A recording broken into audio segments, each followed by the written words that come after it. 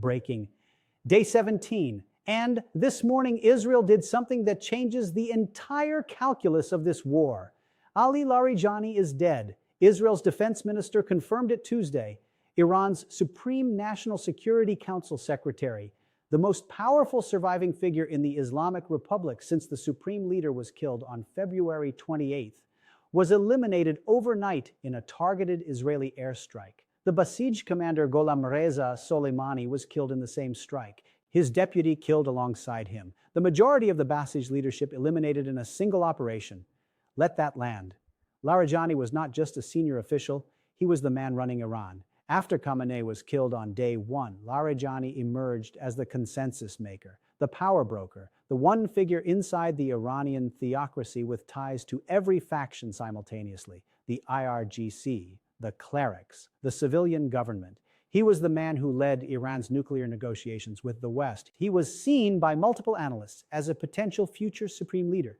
He was, in the words of one senior analyst, almost on par with the killing of the supreme leader himself. Netanyahu said it on camera this morning. We eliminated Ali Larijani, the boss of the Revolutionary Guards. He described him as the head of the gang of gangsters that actually runs Iran. That framing is deliberate. Larijani was not the military commander of the IRGC. He was something more valuable and more dangerous to end this war. He was the diplomat, the negotiator, the pragmatist, the man who understood that Iran's national interests sometimes required talking to enemies.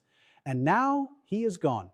Let me give you the Larijani profile, because the press coverage is flattening him into just another Iranian official, and he was not just another Iranian official born 1960, calm, from one of Iran's most powerful clerical families. 5 brothers in senior positions across the Iranian government and judiciary. He studied mathematics and philosophy, served as IRGC commander, served as head of Iranian state television, led Iran's nuclear negotiations with Europe from 2005 to 2007, Speaker of Parliament from 2008 to 2020, ran for president in 2021 before being disqualified by the Guardian Council. He was not a hardliner. He was not a reformist. He was a pragmatist. A man with enough credibility across every Iranian faction to bring a deal back from Geneva or Muscat without being accused of betrayal. The one figure inside the system that both the IRGC and the clerical establishment trusted simultaneously. Senior analysts who have tracked Iranian politics for decades described him as a parallel power center, not the boss of the military, the interlocutor between the military and the diplomatic track, the man who translated political will into negotiated outcomes. That man is now dead. Netanyahu said something else on camera this morning that is receiving almost no coverage and should be receiving wall-to-wall coverage. He said overthrowing the clerical authorities will not happen all at once. It will not be easy. But if we persist, we will give the Iranian people the chance to take their fates into their own hands. Read that again.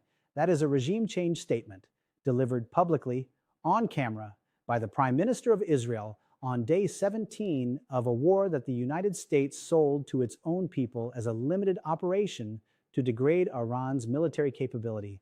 The stated American objective, described by the chairman of the Joint Chiefs of Staff last week, was destroying Iran's missile and drone capabilities and degrading Iran's navy. Regime change was not on that list. Netanyahu just put it on the list publicly, and Washington has not contradicted him, not in a single press statement, not at a single press conference, not in a single official response. 2 narratives, one from America, one from Israel. They cannot both be true. Either this is a limited military operation or it is a regime change campaign. One requires weeks, one requires years, one costs billions, one costs hundreds of billions, and the American people have not been told which one they signed up for. Here is the strategic consequence of killing Larijani that nobody is connecting to the larger picture. Iran now has one viable option for its response doctrine going forward: the war of attrition, grinding down Gulf infrastructure, burning through interceptor stockpiles, hitting commercial targets, closing the strait, waiting for American political will to crack. There was a second option: negotiation, a face-saving off-ramp through Oman or Qatar, a framework that both sides could describe as victory, a return to the agreement that Oman's foreign minister described as within reach on February 27th, the day before the bombs fell. That second option required someone like Larijani, Someone with enough credibility on both sides of the Iranian factional divide to make a deal and deliver it. Someone the IRGC would not accuse of betrayal. Someone the new supreme leader could rely on. Trump said yesterday he did not know who to negotiate with in Iran. Today, Israel killed the man who was most likely the answer to that question. Iran will find another Larijani eventually. Regimes always do, but the timeline for that option just extended. And in the meantime, the only path forward for Tehran is the path it has already been walking. More drones, more missiles, more Gulf infrastructure on fire, more oil above $100, more diesel approaching $5 at American pumps, more political pressure on Gulf states that are hosting American military assets and absorbing Iranian strikes every morning before breakfast. The administration has a decision to make. Not eventually, now.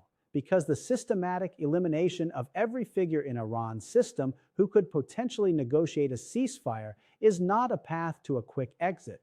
It is a path to a longer, more expensive, more destabilizing conflict against a regime that has spent 47 years building resilience into every layer of its command structure.